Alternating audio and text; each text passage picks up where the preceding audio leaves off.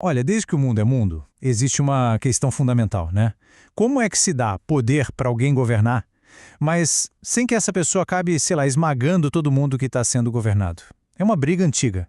E a busca por essa resposta, bem, ela nos levou a uma das ideias mais poderosas da história. É essa jornada que a gente vai explorar agora.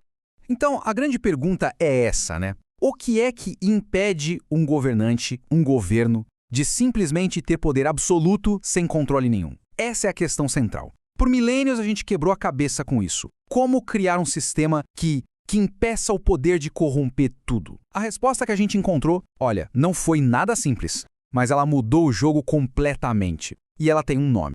E a resposta é constitucionalismo. E o legal dessa definição é que ela fala em movimento evolutivo. Pensa bem, isso é muito importante. Não é uma coisa estática, um documento que apareceu do nada. É um processo, uma ideia que foi sendo construída, sabe, lapidada, melhorada ao longo de toda a nossa história, basicamente. Ok, para a gente entender essa ideia de verdade, a gente precisa fazer uma viagem no tempo. Vamos voltar bastante. Muito antes de existir advogado, tribunal, lei moderna, as primeiras faíscas do constitucionalismo já estavam lá, sabe? Nascendo em pactos bem antigos, em promessas feitas entre os líderes e o seu povo. Olha só essa linha do tempo, que legal! Ela mostra que essa ideia é antiga pra caramba. Tipo, há 5.000 anos, lá na antiga sociedade hebraica, já existiam pactos para limitar o poder dos governantes. Mas foi na Idade Média, em 1215, que a coisa ficou séria. Aconteceu algo realmente incrível, a Magna Carta. Gente, esse documento não foi só um papel assinado. Foi, na prática, uma revolução silenciosa que mudou as regras do jogo para sempre. E aqui que está o pulo do gato. Tenta imaginar um mundo onde a palavra de uma pessoa só, o rei, era a lei final. Ponto. Era assim que funcionava. A Magna Carta chegou e, bum, quebrou essa lógica. Pela primeira vez na história, um rei foi obrigado a aceitar que o poder dele não era absoluto, que ele não estava acima da lei, mas sim debaixo dela. A mensagem era cristalina e ia ecoar por séculos. Ninguém, nem mesmo um rei, tem poder absoluto.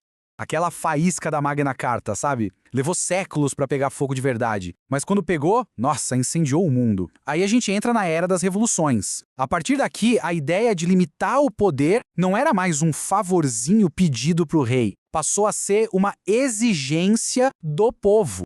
E foram essas grandes revoluções que pegaram essas ideias todas e finalmente colocaram no papel. Mas por que escrever? Simples, porque o que é falado, o vento leva, né? Um acordo verbal pode ser esquecido, negado. Agora, um documento escrito.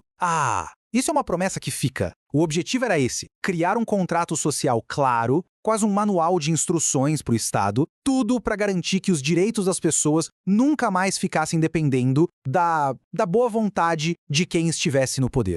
Só que aí, a história deu uma virada bem sombria. Depois dos horrores da Segunda Guerra Mundial, o mundo percebeu uma coisa terrível. Só ter regras no papel não adiantava. Afinal, os piores regimes da história também tinham suas leis, tudo organizadinho. Ficou claro que a Constituição precisava evoluir mais uma vez. Ela precisava de mais do que regras. Precisava de uma alma, de um coração, de valores para guiar tudo.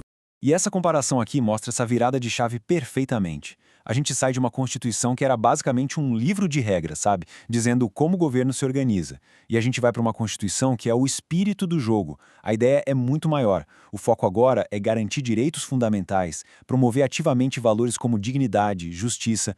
Não é mais só dizer para o Estado, ei, você não pode fazer isso. É dizer, Estado, você tem que fazer aquilo para promover o bem. Essa citação aqui é matadora. A Constituição deixa de ser só mais uma lei para se tornar, tipo, o sistema nervoso central de tudo. É o cérebro da operação. Pensa nela como se fosse o sol do nosso sistema jurídico. Todos os valores que estão ali dentro, dignidade, igualdade, justiça, eles têm que iluminar, que guiar todas as outras leis. Todas mesmo. Desde uma simples multa de trânsito até a decisão mais importante da Suprema Corte. Beleza, mas na prática, o que dá força para esse documento? O que garante que a Constituição não vai ser só um pedaço de papel bonito que quem tem poder simplesmente ignora? Bom, a resposta para isso está num único conceito que é absolutamente crucial. E esse conceito é a supremacia constitucional. É uma ideia que parece simples, mas que tem um poder gigantesco. Significa basicamente o seguinte: a Constituição é a lei máxima, a número 1. Nada, absolutamente nada, nem outra lei, nem um decreto, nem uma ordem de um presidente pode passar por cima dela. Ela é a chefe. Ponto final. A pirâmide de Kelsen é a imagem perfeita para isso. Pensa assim, é uma hierarquia de poder. Lá no topo, no pico da pirâmide está quem? A Constituição, a rainha de todas as leis. Tudo que vem abaixo dela, leis, decretos, qualquer coisa, tem que obedecer, tem que se curvar a ela. Se uma leizinha lá da base da pirâmide bate de frente com a Constituição que está lá no topo, essa lei simplesmente não vale, é inválida.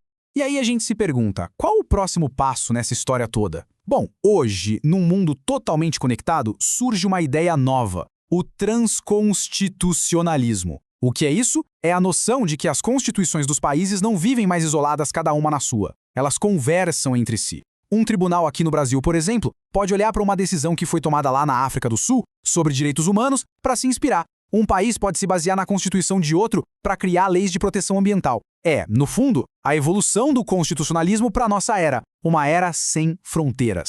E isso tudo nos joga de volta para a nossa pergunta do começo. Só que agora com um desafio extra, né? A Constituição foi a nossa melhor ferramenta para controlar o poder dentro de cada país.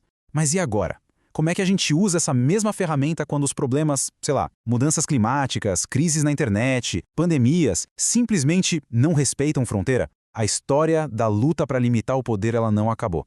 Ela está sendo escrita neste exato momento. E a pergunta que fica no ar é: qual vai ser o próximo capítulo?